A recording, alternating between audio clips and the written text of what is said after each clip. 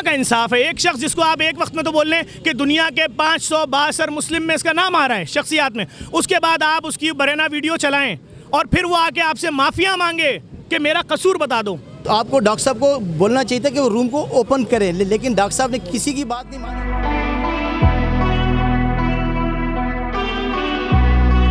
जी, मैं इस वक्त आमिर लियाकत हुसैन, जो कि एक वक्त में रमज़ान ट्रांसमिशन के किंग माने जाते थे, रुकने कौमी असेंबली भी थे, उनके घर के बाहर मौजूद हूँ और आज ही की खबर है कि उनका इंतकाल हो गया है।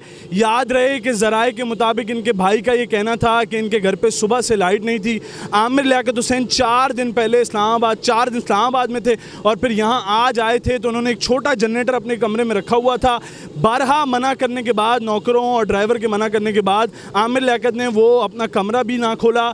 चूँकि वेंटिलेशन भी नहीं हो रही थी कमरे में, तो दम घुटने की वजह से ज़राए के मुताबिक उनका इंतकाल हुआ है। इसी के साथ साथ उनके ड्राइवर का कहना है कि आमिर लियाकत चूँकि कोकेन का इस्तेमाल करते थे, जिसकी वजह से उनका दम घुट गया। इस वक्त मेरे पीछे आप देख सकते हैं कि क्राइम सीन यूनिट की टीम आ चुकी है और वो ब्लैक बॉक्स भी लेके जा रही है। और क्राइम सीन यूनिट का कहना है कि हम इस वक्त जो तमाम शवाहिद हैं वो निकालेंगे और फिर आवाम को आगाह करेंगे कि इंतकाल की वजह क्या जनरेटर का धुआं था या कोकेन का इस्तेमाल था। इसी के साथ यहाँ general secretary JDC Zafar Abbas भी मौजूद थे और उनका कहना था कि आज उर्दू को नुकसान पहुँचा है डॉक्टर आमिर लियाकत हुसैन के कत्ल पर। हम आपको आगाह करते रहेंगे, देखते रहिए मेटा न्यूज़। बिस्मिल्लाहिर्रहमानिर्रहीम, इन्ना लिल्लाहि व इन्ना इलैहि राजिऊन। ऐसा मैं नहीं बोलूँगा हरगिज़ कि किसी को भी इस खबर की पाकिस्तान में शायद उम्मीद नहीं थी, मैं ऐसा बिल्कुल नहीं बोलूँगा। जितने भी पढ़े लिखे लोग थे, जितने अक़ल व शऊर रखते हैं, उन सबको इस खबर के आने की उम्मीद थी कि जो एक ऐसा शख्स हो जिसने मीडिया पर राज किया हो, जो ट्रेंड सेटर हो और जो घबराता ना हो। देखें 2000 का टाइम कौन नहीं जानता कि टारगेट किलिंगें हो रही हैं, मजहबी बुनियादों में मस्जिदों में फायरिंग हो रही है। कौन सा वाक़या नहीं हो रहा था उस दौर में? 2003 में आलिम ऑनलाइन जैसा प्रोग्राम शुरू करना, तमाम मकातिब फ़िक्र के उलमा को एक साथ बैठाना, प्यार मोहब्बत का पैगाम देना और उसके ऊपर स्टैंड लेना, इस नैरेटिव पे बहुत बड़ा काम था। मैं समझता हूँ रमज़ान ट्रांसमिशन हो, कुछ भी हो, लेकिन अगर वो शख्स अपनी ज़िंदगी के किसी एक मौके पर डिप्रेशन में आ गया था या आज से साल 1.5 साल से वो किसी परेशानी में थे, तो इसका मतलब ये नहीं था कि आप उनकी मीम्स बनाते, उससे अपने पेज खड़े करते यूट्यूब और फेसबुक के। आप लोग ढूंढ रहे थे, सोशल मीडिया की बात कर रहा हूँ, उन पेजेस की, उन फेसबुक के, उन यूट्यूब के पेजेस की, कि जिन्होंने उनकी बरेना वीडियोज़ की मीम्स बनाई। कहाँ का इंसाफ है? एक शख्स जिसको आप एक वक्त में तो बोल रहे हैं कि दुनिया के 562 मुस्लिम में इसका नाम आ रहा है शख्सियात में, उसके बाद आप उसकी बरेना वीडियो चलाएं और फिर वो आके आपसे माफिया मांगे कि मेरा कसूर बता दो। मैंने तो ज़िंदगी में अपने कपड़े नहीं उतारे थे रोड के ऊपर, तुम क्यों मेरी मीम चला रहे हो? उस पर भी हंस रहे हैं, उस पर तबसरे हो रहे हैं कि जो आंसू गिर रहा है आंखों से, एक आंसू गिरा है, दूसरी से क्यों नहीं गिरा। तो मैं सिर्फ इतना बोलूँगा, जिन इस कत्ल का जो उनका हार्ट अटैक हुआ है, जैसे भी उनका इंतकाल हुआ है, ये मैं इसमें नहीं पढ़ता, पुलिस इंक्वायरी करेगी, लेकिन कातिल हम सबके सामने है। कल तक आपकी आईडी पे उनकी बरेना तस्वीरें थी, वो रो रो के माफिया मांगते रहे, खुदा के लिए मुझे जीने दो, खुदा के लिए मुझे जीने दो। सबने जश्न मनाया, देखा हमने इतना मजाक उड़ाया, तुम्हें रमज़ान ट्रांसमिशन ही नहीं मिली। ठीक है, कुछ नहीं हुआ। क्या हुआ? आज रिजल्ट आपके सामने। कल तक आपने अपनी आईडियों पर उनकी बरेना तस्वीरें चलाई, जिस किसी ने लीक की थी तस्वीरें, वीडियो, वो तो खुदा की बारगाह में जवाबदेह है, लेकिन आज आपकी आईडी पे क्यों लग रही हैं शोक की पोस्टें भाई? अब आप जनाजे की वीडियो चलाओगे, उस पर भी स्पॉन्सर लगाओगे, ना जिंदा रहने दिया और मरने के बाद भी उसके जनाजे पे कमाओगे। मैं समझता हूँ सोशल मीडिया का ये इस्तेमाल, हमने इसी सोशल मीडिया की भेंट ज़मीर अख्तर साहब को भी चढ़ते हुए देखा और आज फिर हमने एक दूसरा पाकिस्तान का नामवर आदमी, मैं समझता हूँ उर्दू का नुकसान हुआ है बहुत बड़ा, मैं समझता हूँ कराची का नुकसान हुआ है बहुत बड़ा, मैं समझता हूँ मीडिया का नुकसान हुआ है बहुत बड़ा, मैं समझता हूँ सियासी नुकसान हुआ है बहुत बड़ा।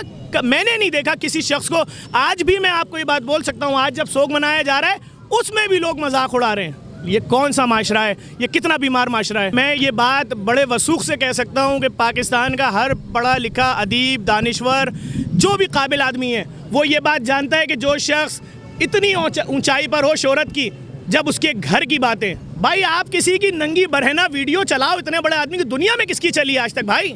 और अगर लीक हो जाती तो छुपाना था ना, उसके ऊपर मीम्स थोड़ी बननी थी। 6-6 दफ़ा ये देखो आ रहे हैं, इधर से जा रहे हैं, उधर जा रहे हैं। मैं समझता हूँ इतनी बड़ी इस काम के बाद तो हम दुआ ही कर रहे थे। मेरी उनकी सोशल मीडिया टीम से परसों बात हो रही थी रात में, मैंने कहा यार इनकी केयर करो, जिस तरह इनके ऊपर डिप्रेशन लादा जा रहा है कैसे झेलेंगे। मैं ये कानून नाफिज करने वाले इदारे जाने, लेकिन माशरे की ये जो हरकत थी, मैं इसके ऊपर पुरजोर एहतजाज बुलंद करता हूँ, क्योंकि मैंने अपनी आंखों से और आप सब ने इससे पहले एक देखा जाकिर को इसी तरह से, आलिम को मरते हुए, आज एक और शख्स के साथ यही जुल्म, इतना मजाक। और आपकी शर्म कहाँ गई भाई? आप कैसे मर्द औरत लड़का लड़की किसी की बरेना वीडियोस देखते रहे और हंसते रहे? हंसें फिर आज हंसें, चला गया वो छोड़ के सबको। बिस्मिल्लाहिर्रहमानिर्रहीम जी, एक तो ये हम सिंध पुलिस की तरफ से अपने हम गहरे दुख का इज़हार करते हैं कि मारूफ सियासी और समाजी शख्सियत थे आमिर लियाकत साहब, उनकी पूरा शहर इसके लिए सोगवार है। उनकी काफ़ी खिदमात हैं मीडिया के लिए और माशरे के लिए।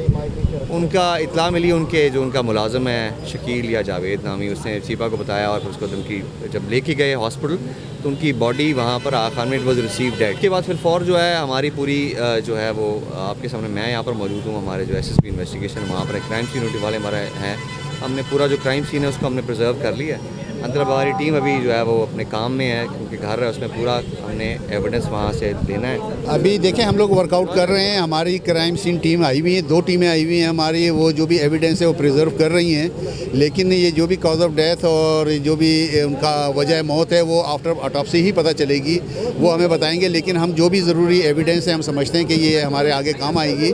हमने पूरा क्राइम ऑफ सीन सील कर दिया है और उसको अभी हम हमारी क्राइम सीन टीमें काम कर रही हैं और इंशाल्लाह जो भी फिर रिजल्ट होगा वो आपको बताएंगे हम। यार मैं जब यहाँ पर पहुँचा तो they have taken to doctor to Aga Khan hospital.